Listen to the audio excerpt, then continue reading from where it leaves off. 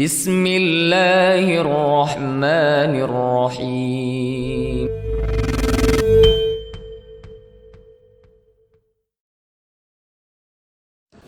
Mempraktekkan bagaimana ilmu itu diamalkan di hadapan murid-muridnya. Sebagai contoh umpamanya yang ringan, yang enteng saja. Kalau seluruh guru ketika menunaikan sholat fardu yang 5 waktu sudah mencontohkan ke murid-muridnya sebelum azan berkumandang, seluruh guru sudah ada di masjid, sholat tahiyatul masjid, kemudian membaca Al-Quran, berdoa, wirid, zikir. Murid-murid melihat, mereka akan mengikuti. Akhirnya murid pun tidak perlu lagi dikeprak-keprak, dihayo-hayo ketika azan berkumandang, hayo wudu, enggak. Tapi melihat pengamalan gurunya, mereka langsung mengikuti. Tapi kalau sang guru, jangankan sebelum azan, setelah qomat berkumandang pun masih baru wudu. Setelah imam takbir baru keluar dari sakan, dari asramanya, kemudian masbuk, maka murid akan mengikuti. Oleh karena itulah maka guru ini menjadi ujung tombak bagi teramalkan atau tidaknya ilmu yang diajarkan kepada para santri. Oleh karena itu salah satu di antara awaiq atau kendala di dalam berdakwah, di dalam proses pendidikan, belajar dan mengajar, salah satu penjegal, salah satu penghalang dari turunnya barokah ilmu adalah tarkul amal. Itu tidak mengamalkan ilmunya. Padahal ilmu dipelajari untuk beramal. Sebagaimana Imam Sufyan Ats-Tsauri rahimahullah yang kita temukan dalam kitab Hilyatul Auliya susunan Imam Abu Nuaim, kata Imam Sufyan Ats-Tsauri, innama yuta'allamul ilmu liyuttaqallahu bihi. Ilmu hanyalah dipelajari untuk menjadi alat bertakwa kepada Allah Subhanahu wa taala. Maka berkata para ulama ketika mengomentari apa yang dikatakan Imam Sufyan Ats-Tsauri ini, fal ghayatu min ta'allumil ilmi syar'i al-amalu bih wal ijtihadu fi tatbiqih, hadha inda ulil albab alladzina arada Allahu bihim khairan fid dini wad dunya. Tujuan dari mempelajari ilmu syar'i adalah mengamalkannya dan bersungguh-sungguh di dalam mengaplikasikannya. Ini menurut prinsip atau konsep ulul albab yang Allah kehendaki kebaikan bagi diri mereka, baik dalam masalah agama atau dalam masalah dunia. May yuridillahu bihi khairan yufaqihu fiddin. Siapa orang yang dikehendaki kebaikan oleh Allah, Allah akan buat dia faham agamanya, lalu tidak sekedar faham, diaplikasikan. Lahirnya kebaikan dari orang yang faham agama adalah kalau pemahaman agama itu diamalkan. Kalau tidak diamalkan, nggak ada kebaikan dari ilmu yang difahaminya. Dan perkataan Imam Sufyan Ats-Tsauri ini dikatakan, wa maqalatu Sufyan hadhihi unwanun yajibu alla ya'zuba an basirati tullabil ilm. Apa yang dikatakan oleh Imam Sufyan Ats-Tsauri ini menjelaskan bahwa tak boleh hal ini luput dari pandangan, perhatian para tulabul ilm. Dan ini diambil dari nas-nas syariat baik ayat Al-Quran ataupun hadis-hadis yang sahih.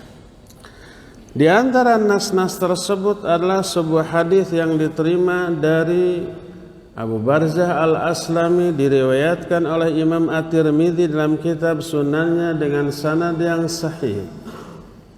Berkata Rasul sallallahu alaihi wasallam, "La tazulu qadama 'abdin yaumal qiyamah hatta yus'ala an umri fima afnah wa an ilmi fima fa'ala bih wa an mali min aina iktasabahu wa fima anfaqahu wa an jismihi fima ablah."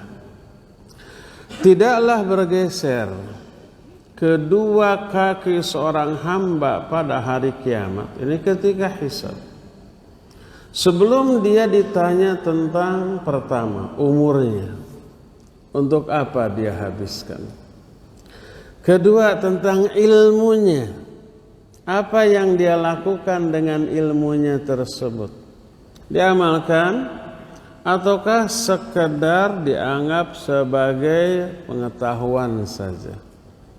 Hanya salah satu disiplin ilmu yang cukup wajib difahami saja, tidak untuk diyakini, tidak untuk diamalkan. Ketiga tentang hartanya, dari mana harta itu didapat dan kepada apa harta itu dia infakkan. Dan yang keempatnya tentang jasadnya, bagaimana dia menggunakan jasadnya tersebut, apakah untuk beriman, beramal soleh, beribadah, melakukan kebaikan, atau sekadar untuk menyenangkan dirinya semata-mata, berleha-leha. Kata orang Tasik, menangkep harigu, nanggei gado, ucang angge, seperti itu, sekadar untuk mendapatkan kenyamanan untuk kepuasan pribadi tanpa dipergunakan untuk hal yang jauh lebih bermanfaat. Berkata Abu Darda radhiyallahu an, "La takunu 'aliman hatta takuna muta'alliman, wa la takunu bil 'ilmi 'amilan hatta takuna bihi 'amilan." Kata Abu Darda, kamu tidak akan menjadi orang yang berilmu sehingga kamu belajar dulu. Ingat, untuk menjadi orang yang berilmu wajib ada proses. Prosesnya itu disebut belajar. Tak ada orang yang lahir dalam keadaan alim. Innamal ilmu bita'allum wa innamal fiqhu bitafaqquh. Ilmu itu hanya bisa diperoleh dengan cara belajar. Pemahaman itu hanya bisa diraih dengan cara berupaya belajar memahami.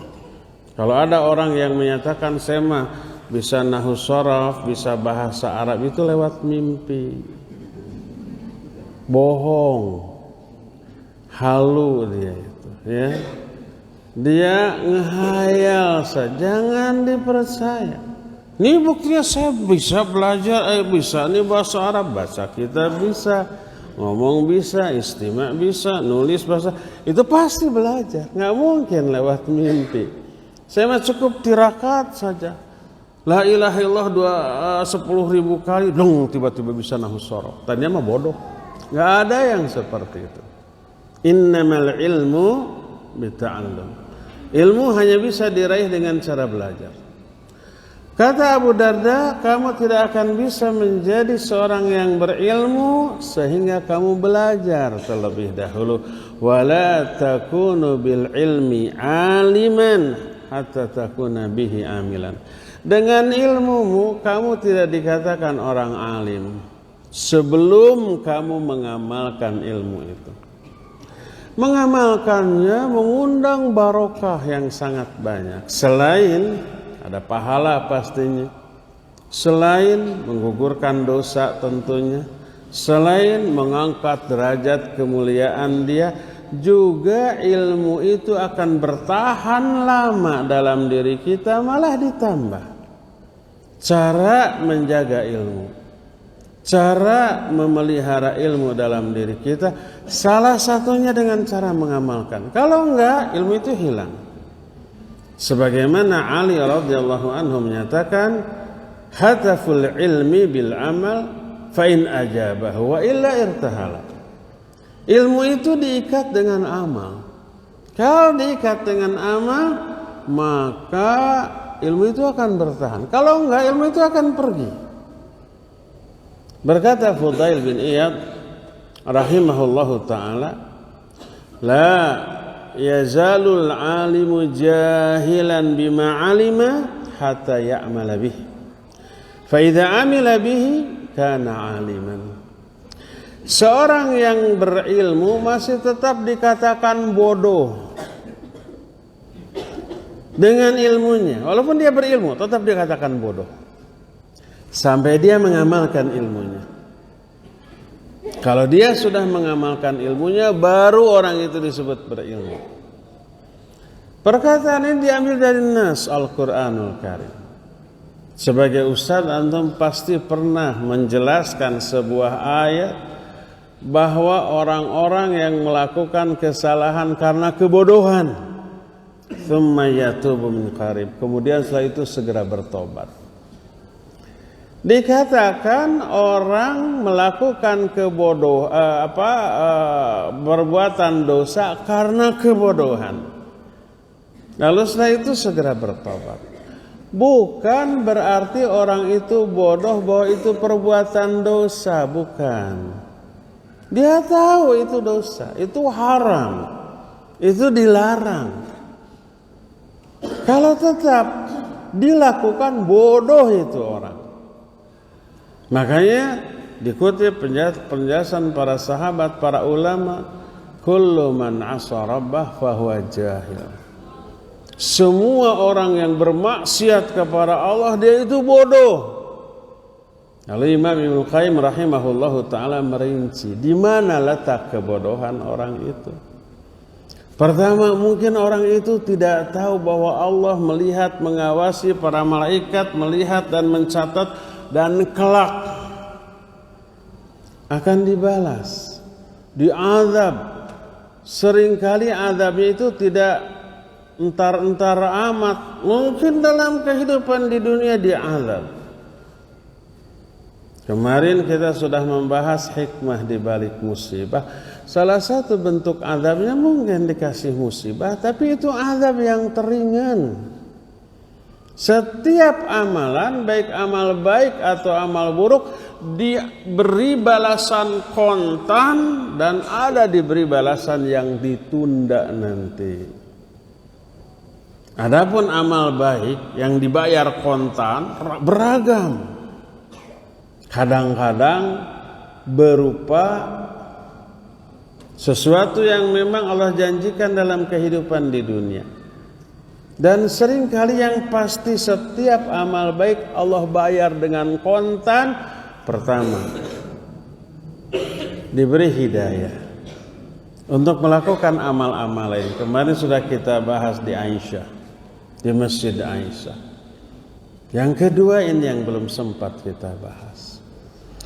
Balasan kontan dari sebuah amal baik adalah halawatul iman. Manisnya iman berupa apa? Ketenangan, ketentraman, kenyamanan, rasa betah yang dia rasakan ketika beribadah kepada Allah Azza wa Jalla. Itu balasan kontan dari Allah atas amal perbuatan yang dilakukan oleh seorang hamba. Oleh Syekhul Islam Ibn Taimiyah, ini yang disebut dengan sebutan jannat, al-jannatu fid dunya. Jannah, surga di dunia itu salah satunya ini. Beliau berkata, inna fid dunya jannatan man lam yadkhulha lam yadkhul jannatal akhirah. Di dunia ini ada surga. Siapa yang belum memasuki surga dunia, dia nggak akan memasuki surga akhirat. Itu perkataan yang masyhur dari Syekhul Islam Ibn Taimiyah. Muridnya Al-Imam Ibn Qayyim rahimahullah dalam kitab Miftahud Daris Sa'adah. Kemarin kitab ini kita bahas di Selasa waktu daurah i'tikaf. Beliau menerangkan apa yang dimaksud dengan surga dunia oleh gurunya. Beliau menyatakan surga di dunia yang dimaksud oleh Syekhul Islam Ibn Taimiyah adalah ketenangan batin ketika ibadah, ketentraman jiwa, teduhnya hati, sehingga betah berlama-lama dalam melakukan ibadah, dan itu adalah balasan yang Allah segerakan di dunia bagi orang yang beramal soleh. Sampai dikatakan siapa orang yang belum merasakan surga dunia, tuduhlah dirimu. Ketika mengamalkan amalan itu, pasti amalan tersebut ada cacatnya, sehingga tidak diberikan balasan kontan oleh Allah berupa ketenangan jiwa, ketentraman batin, kenyamanan hati. Tuduh, lihat keikhlasannya, niatnya lillah awlid dunya awlin nas. Tuduh juga mutabaahnya, mungkin ada campur aduk dengan kebidahan, ditambah, dikurang atau dirubah. Tuduh juga penghayatan terhadap ibadah yang sedang dilakukan, mungkin ngelamun.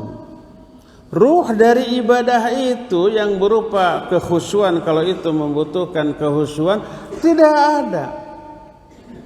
Cacat, kurang. Kalau itu salat kena dengan ayat fawailul lil musallin alladzina hum an salatihim sahun alladzina hum yuraun. Maka Allah tolak.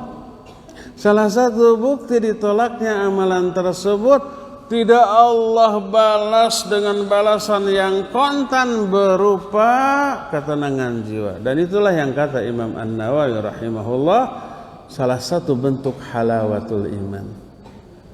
Beliau berkata ketika menerangkan hadis, siapa orang yang memiliki 3 perkara, salasatun man kunna fihi wajada bihinna halawatul iman.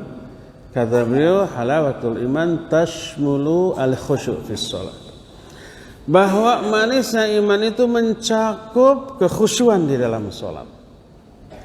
Ini balasan yang kontan atas ibadah, amal soleh, perbuatan baik, dan itu yang disebut dengan surga dunia. Raih surga dunia agar kita bisa meraih surga akhirat. Dan banyak lagi tuh balasan kontan dari Allah atas amal perbuatan yang kita tidak akan jelaskan di sini karena bukan itu materi inti kita. Termasuk nih, amal buruk, dosa, maksiat, Allah balas, ada yang kontan di dunia dan kelak ada yang ditunda di akhirat. Kadang-kadang balasan atas amal buruk berupa musibah, penderitaan, kanyeri, kaperi, penyakit dan yang sejenisnya, tapi itu yang paling enteng. Apa yang paling berat? Yang paling berat adalah a'zamul uqubah. Uqubah, hukuman yang paling berat bagi seorang mukmin apa? Yang sering kali tidak dianggap sebagai hukuman, yaitu qaswatul qalb. Kerasnya hati, beratnya dalam melakukan ibadah, malas dalam beramal soleh, giat semangat dalam bermaksiat, salatnya hambar, baca Qur'annya tak ada penghayatan, zikir dan doanya tidak ada kekhusyuan, hambar. Dan itu merupakan seberat-berat hukuman yang Allah berikan kepada seorang mukmin atas dosa dan maksiat yang dilakukannya. Tapi hukuman terberat ini sering tidak disadari sebagai sebuah hukuman. Biasa-biasa aja ya. Kita merasa lebih terhukum oleh Allah kalau dapat musibah. Ya Allah, dosa apa ya yang saya lakukan sampai saya seperti ini, kan gitu ya. Diberi penyakit begitu, diberikan musibah begini, dihajar orang, tepu puguh, salah sasaran gitu sampai babak belur. Ya Allah, dosa apa saya sampai dihukum kayak gitu. Sadar itu hukuman. Tapi tidak sadar ketika sholat melamun, assalamualaikum salam, assalamualaikum kanan dan kiri, nggak ada kehusuan setelah beres. tidak terdorong untuk zikir, untuk wirid, tidak terdorong untuk berdoa, tidak terdorong untuk melakukan sunnah ba'diyah, tidak terdorong untuk baca mushaf. Setelah itu malah begitu beres salam langsung ngodok saku, keluar HP browsing. Salatnya hambar.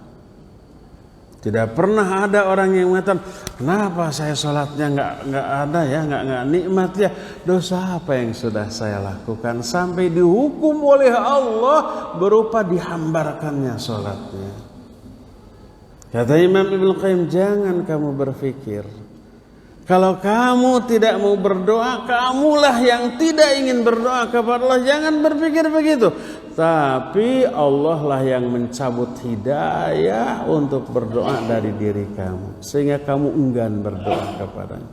Allah nggak mau mendengar jeritan hatimu dalam doamu, enggak. Maka dicabut keinginan untuk berdoa dalam hatimu karena murkanya Allah kepadamu karena dosa-dosamu.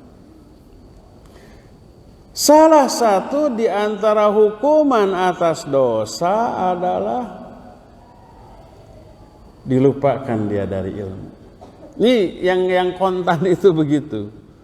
Lupa ayat, lupa hadis, lupa apa yang sudah difahami, itu hukuman atas dosa-dosa kita. Nanti riwayat-riwayatnya ini akan kita kemukakan seperti apa yang dikatakan oleh Abdullah bin Mas'ud radhiyallahu anhu.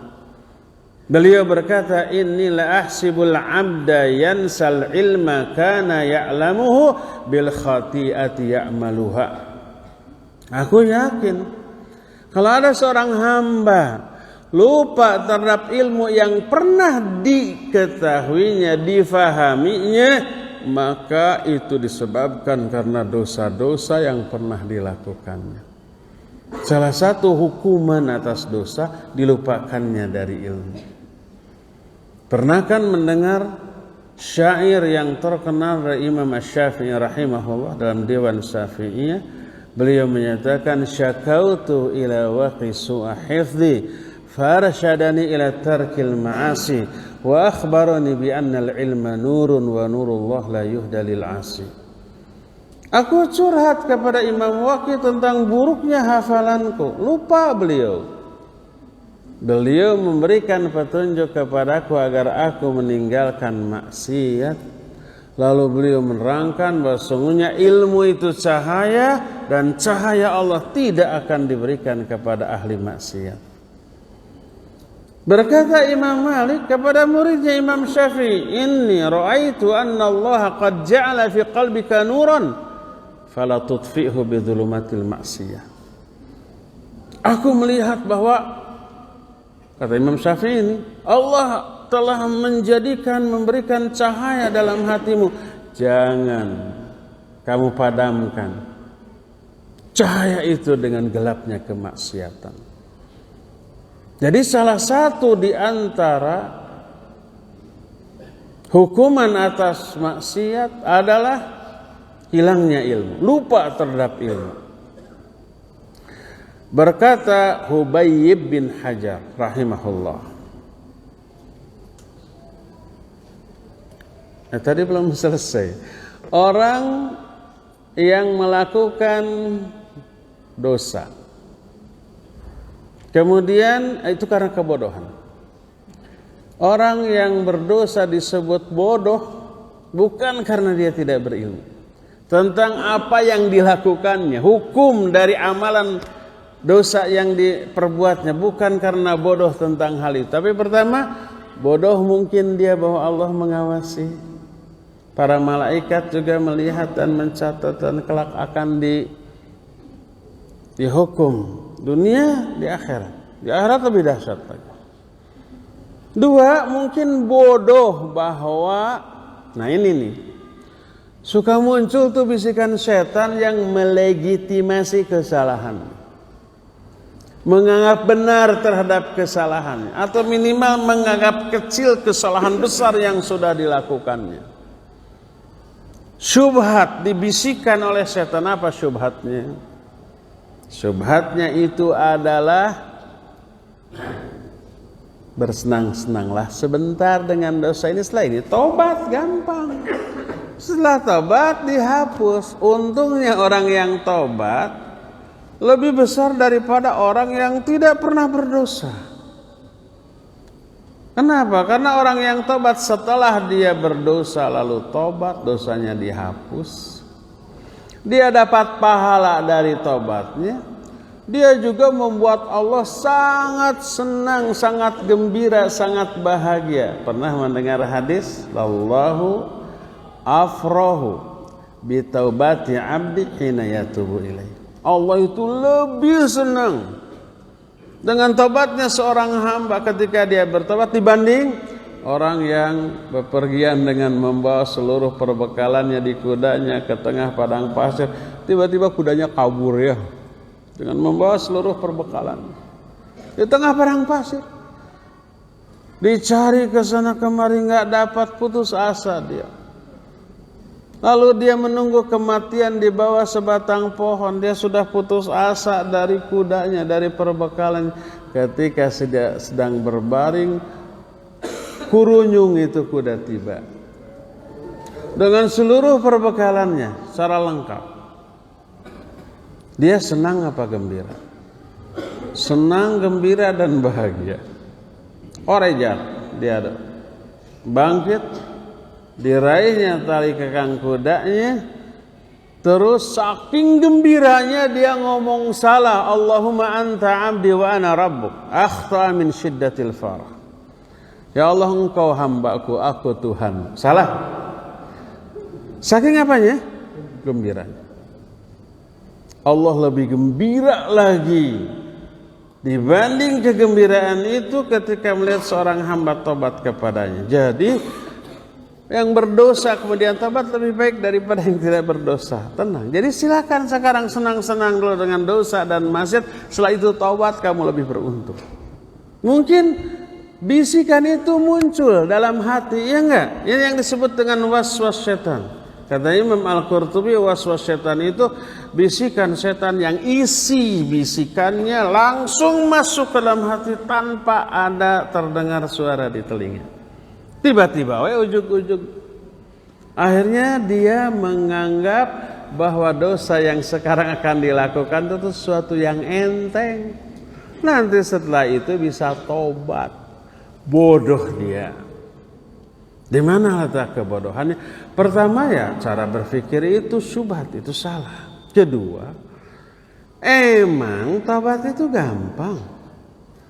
Semua ahli maksiat rata-rata ingin berhenti, ingin tobat, ingin menjadi orang soleh.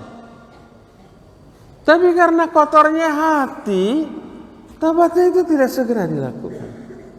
Ingin sih berhenti, ingin sih tobat, tapi gimana? Jadi si syahwatnya masih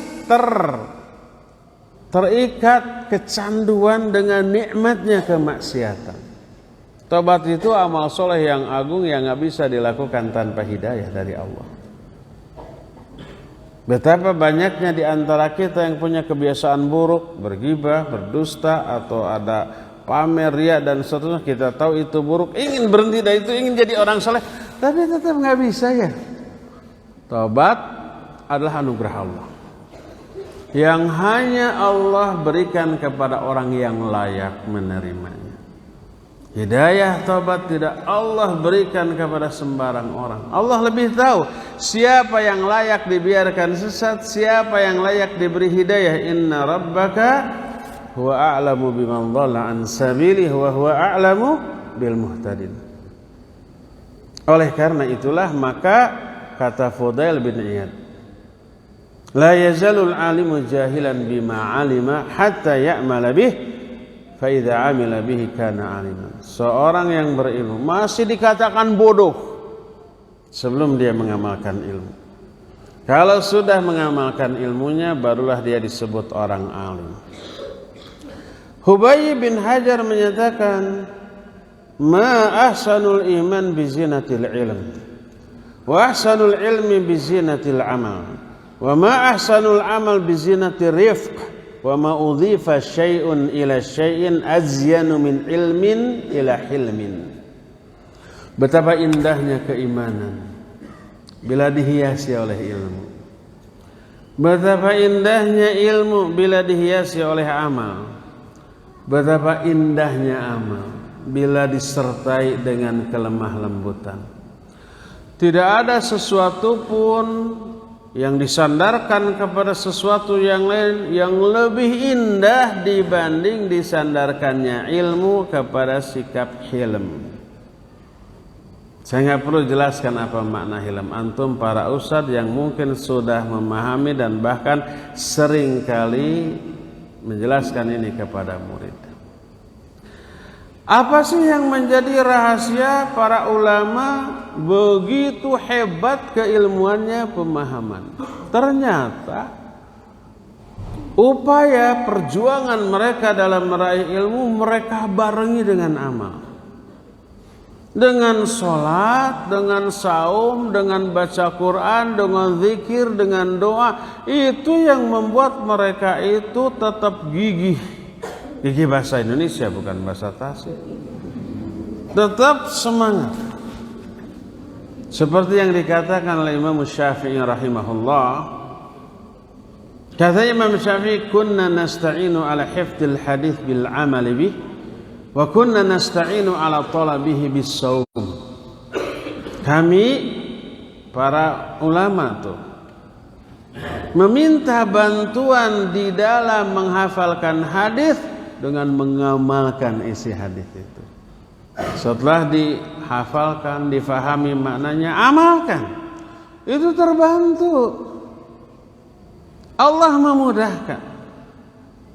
Ya ayyuhalladzina amanu in tattaqullaha yaj'al lakum furqana. Orang-orang yang beriman, kalau kamu bertakwa kepada Allah, salah satu ketakwaannya itu beramal, salat, saum dan yang sejenisnya. Allah akan berikan furqan kepada kamu.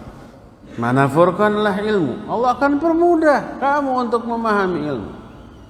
Makanya kunna nasta'inu ala hifdzil hadits bil amali bih. Wa kunna nasta'inu ala talabihi bis-shaum, dan kami minta bantuan ketika mempelajari hadis dengan mengamalkan saum. Ya, belajar hadis ya sambil saum. Allah cerdaskan, Allah mudahkan, Allah gampangkan di dalam menghafalkannya dan memahami isi hadis itu serta mengaplikasikannya. Dari sinilah maka kita mengetahui kenapa para ulama zaman dahulu kualitas, kuantitas keilmuannya hebat luar biasa. Karena disertai dengan amal, disertai dengan ibadah, disertai dengan banyak sholat, banyak saum, banyak zikir, banyak berdoa, banyak bersedekah, banyak menolong orang. Seluruh jenis ibadah itu akan semakin mempermudah seorang talibul ilm di dalam mempelajari, memahami ilmunya. Kenapa para sahabat menjadi generasi terbaik, manusia terbaik dibanding manusia yang hidup di zaman kapanpun. Sampai oleh Allah dipuji dalam Al-Quran. Sampai Nabi SAW menyatakan khairun nas qarni, thumma alladhina yalunahum, thumma alladhina yalunahum. Sampai orang-orang Nasrani pun ketika melihat karakteristik para sahabat, mereka sampai bersumpah, demi Allah mereka lebih baik daripada Hawariyin yang beritanya sampai kepada kami. Hawariyin itu orang-orang terdekat dari Nabi Isa alaihissalatu wassalam. Nabi Muhammad sebagai nabi terbaik, para sahabatnya sebagai manusia terbaik dibanding manusia manapun. Kuntum khaira ummah. Kuncinya adalah mereka tidak hanya belajar memahami ilmu Al-Quran dan Sunnah yang diterangkan, tapi langsung mengaplikasikan, mengamalkannya di bawah bimbingan Nabi alaihi salatu wassalam. Seperti keterangan dari Abu Abdurrahman As-Sulami rahimahullah, seorang ulama tabi'in.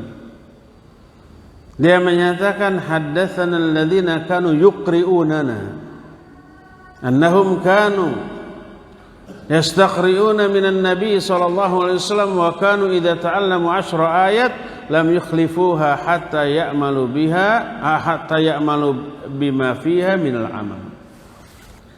Fata'allamna al-Qur'an wal amala jami'an. Telah menceritakan kepada kami orang-orang yang dahulu membacakan Al-Quran kepada kami. Maksudnya para sahabat yang menyampaikan, mengajarkan Al-Quran kepada generasi Abu Abdurrahman As-Sulami adalah para sahabat. Apa cerita para sahabat?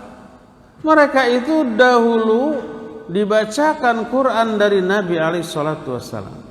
Dan mereka apabila mempelajari 10 ayat, mereka tidak beralih kepada 10 ayat berikutnya sebelum 10 ayat ini difahami dan diamalkan bersama-sama.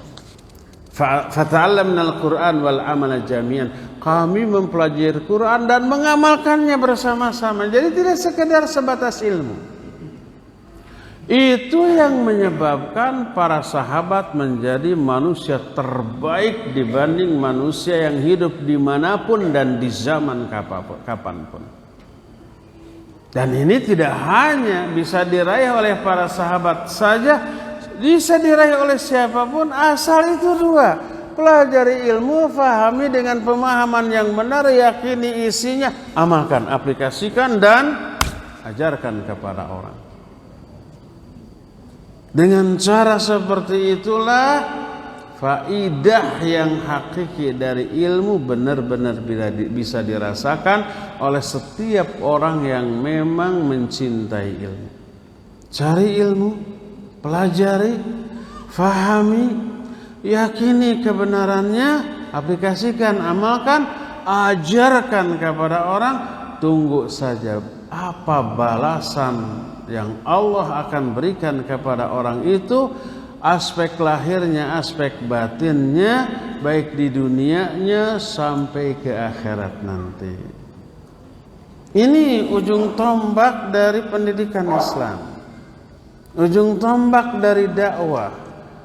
Mempelajari ilmu untuk diaplikasikan dan diamalkan, maka barokah Allah akan lahir, sehingga faedah dari ilmu yang kita pelajari dan kita amalkan akan menyebar ke seluruh arah dari kehidupan kita, ke seluruh lingkungan kehidupan yang kita memang bermuamalah di sana, ke keluarga kita, tetangga kita, kawan kita, murid kita, guru kita, semua orang yang ada di sekeliling kita.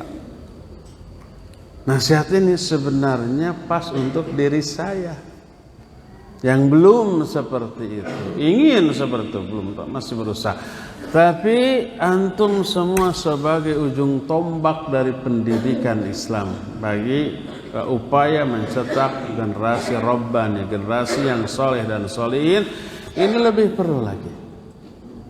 Berikan contoh yang baik kepada anak-anak dalam bentuk amal yang nyata dari ilmu, dalam bentuk kemuliaan akhlak, maka para murid akan lebih banyak mengambil faidah dari amal guru-gurunya dibanding dari ilmu yang dijelaskan di kelas-kelas mereka. Cukup ya sampai sini, tinggal 4 menit lagi waktu yang tersisa sampai jam 8 antum ada kewajiban ngajar. Ada waktu 4 menit untuk bertanya jawab. Kalau ada pertanyaan dipersilakan untuk ditanyakan. Wassallallahu ala nabiyina Muhammadin wa ala alihi wasallam. Mangga kalau ada ngacung. Alhamdulillah. Tidak ada. Kalau tidak ada, kita cukupkan sampai di sini. Kita kasih 5 menit ini untuk persiapan ngajar ke kelas. Subhanakallahumma bihamdik, asyhadu an la ilaha illa anta, astaghfiruka wa atubu ilaik. Walhamdulillahirabbil alamin. Wassalamualaikum warahmatullahi wabarakatuh.